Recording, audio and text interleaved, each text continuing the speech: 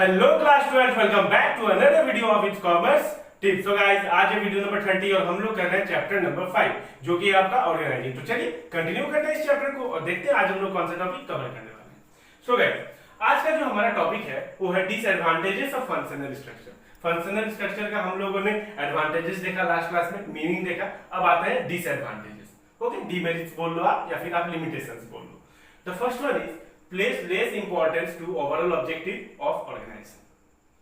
Functional structure place less emphasis on overall enterprise objective than the objective pursued by functional head. They fail to give priority to organizational interest. देखो समझो ध्यान से, एक तो common objective होता है, किसका? ऑर्गेनाइजेशन का। ठीक है, एक ऑर्गेनाइजेशन का सबसे पहले तो कॉमन ऑब्जेक्टिव होता है, कॉमन गोल होता है, चाहे वो ग्रोथ का हो, है कि नहीं, या प्रॉफिट हो या सर्वाइवल हो, है कि नहीं, हम लोगों ने पढ़ा है क्लास 11 में। तो एक तो ऑर्गेनाइजेशन का कॉमन गोल होता है।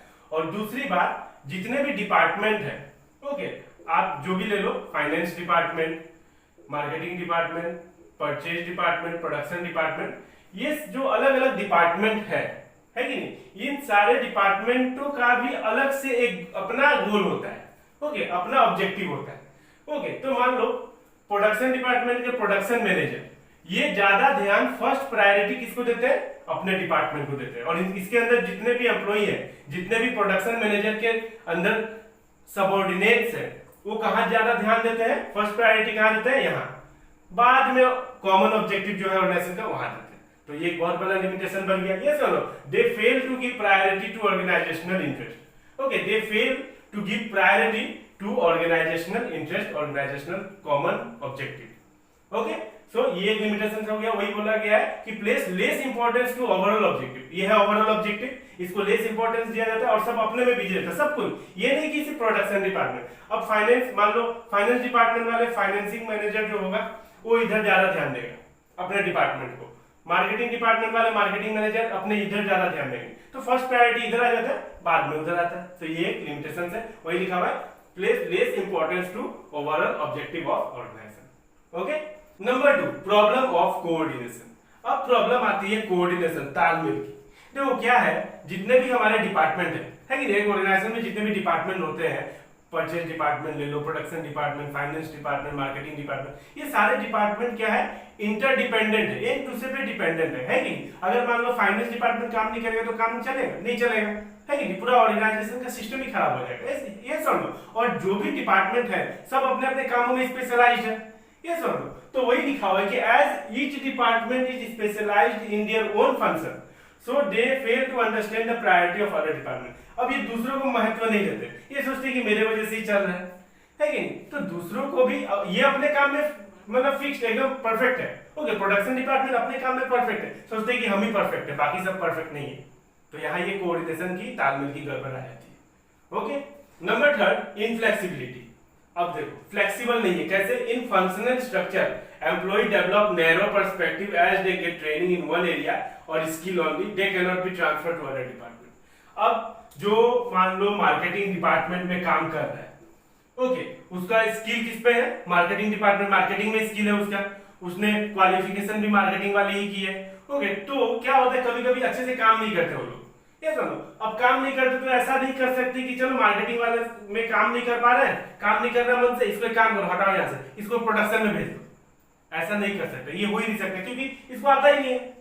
ये सुनो, अब स्किल लेके बैठा हुआ है, मतलब क्या स्किल है मार्केटिंग का, तो प्रोडक्शन में कैसे भेज दोगे? ये फ्लेक्सिबल नहीं है, मतलब। ओके, इनफ्लेक्सिबल सिस्टम चलता है। तो in functional structure employ develop narrow perspective because as they get training in one area, सिर्फ एक एरिया में इनको ट्रेनिंग दिया गया है कि नहीं? सिर्फ एक एरिया। मान लो इनको आता है सिर्फ मार्केटिंग रिलेटेड जॉब ही आता है और ये काम अच्छा से कर नहीं रहे।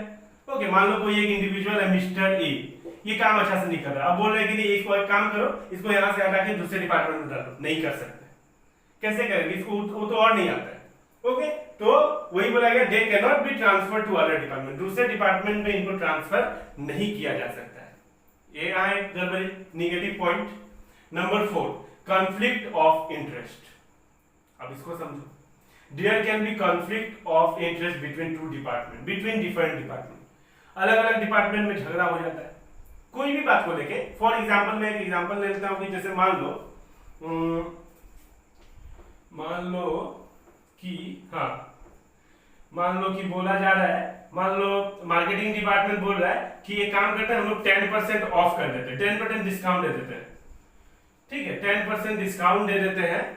ओके, अब फाइनेंस डिपार्टमेंट मान नहीं रहा है, फाइनेंस डिपार्टमेंट बोल रहा है कि नहीं, तो रेवेन्यू कब आएगा, दिक्कत हो जाएगी, नहीं देना है, बस हो गया शुरू।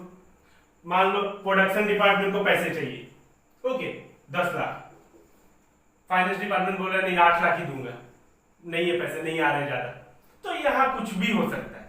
ओके, कुछ भी हो सकता है, जैसे मैं डिस्काउंट वाला आप एग्जाम्पल ले लो, चाहे 10 लाख वाला एग्जाम्पल ले लो, तो conflict of interest, there can be conflict of interest between different department, conflict हो सकता है।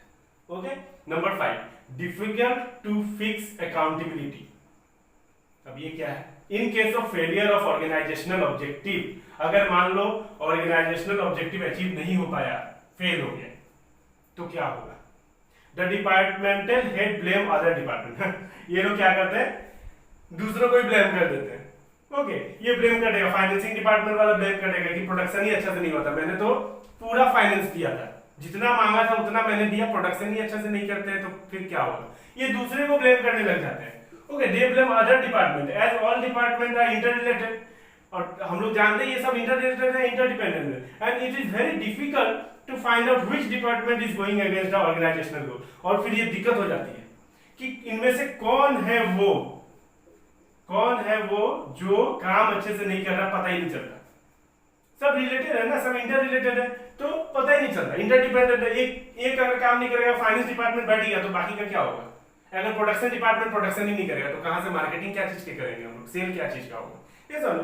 तो देखो क्या होता है, in case of failure of organisational objective जब अचीव नहीं हो पाता है, तो द डिपार्टमेंटल हेड जो है, जो मैनेजर है, प्रोडक्शन डिपार्टमेंट के प्रोडक्शन मैनेजर, फाइनेंस डिपार्टमेंट के फाइनेंस मैनेजर, ये लोग क्या करते हैं, दूसरे को ब्लेम करने लग जाते हैं कि ये वाले डिपार्टमेंट के कारण ही ऑर्गेनाइजेशनल गोल अचीव नहीं हो पाया, हमने तो ठीक से किया था। ओके, और फिर ये दिक्कत हो जाता है कि कौन गड़बड़ी कर रहा है, आखिर मेन है कौन बीच में जो ये सब फैला के रखा है, गड़बड़ी कौन कर रहा है पता ही नहीं चलता, तो यहाँ एक लिमिटेशन। ओके,